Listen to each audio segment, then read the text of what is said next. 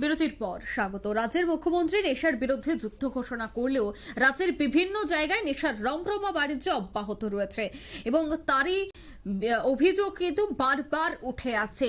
আজ আবারও দেখা গেছে গোপন খবরের ভিত্তিতে এডিনগর থানার পুলিশ 1 নম্বর এলাকায় বিশ্বজিৎ বণিকের বাড়ি থেকে বিপুল পরিমাণে ড্রাগস উদ্ধার করতে সক্ষম হয়, যার বাজার মূল্য আনুমানিক 40,000 টাকা বলে এখনো পর্যন্ত জানা গেছে। এই বিষয়ে এডিনগর থানার ওসি বিজয় দাস সংবাদ মাধ্যমের মুখোমুখি হয়ে কি জানাচ্ছেন প্রথমে শোনাচ্ছি।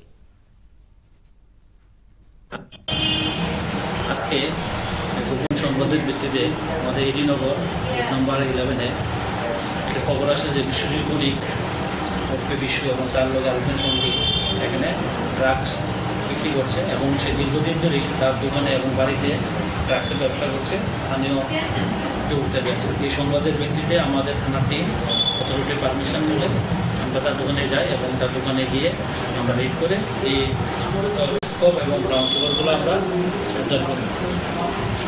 বিশ্বজিৎ বণিক এর আগে 2023-এ একবার অ্যারেস্ট হয়েছিল তার বাড়ি থেকে, তখন বিপুল পরিমাণে আমরা ব্রাউন সুগার ও উদ্ধার করেছিলাম এবং তার বিরুদ্ধে এনডিপিএস কেস বলে ও 3 মাস জেল খেটে এসেছে।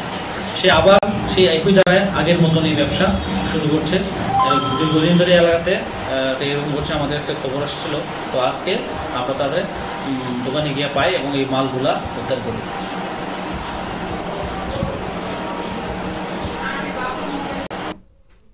আপনারা শুনলেন পুলিশ আধিকারিকের বক্তব্য। নেশার রমরমা প্রতিনিয়ত অব্যাহত এবং পুলিশ আধিকারিক জানাচ্ছে যে অভিযুক্তকে ইতিমধ্যে গ্রেফতার করা হয়েছে, অর্থাৎ বিশ্বজিৎ বণিক। তার বিরুদ্ধে এর আগেও অভিযোগ ছিল সে নেশা কারবারের সাথে যুক্ত।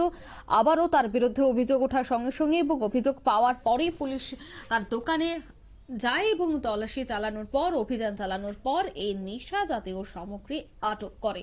নিয়ে নিচ্ছে ছোট্ট একটি বিজ্ঞাপন বিরতি, সঙ্গে থাকুন।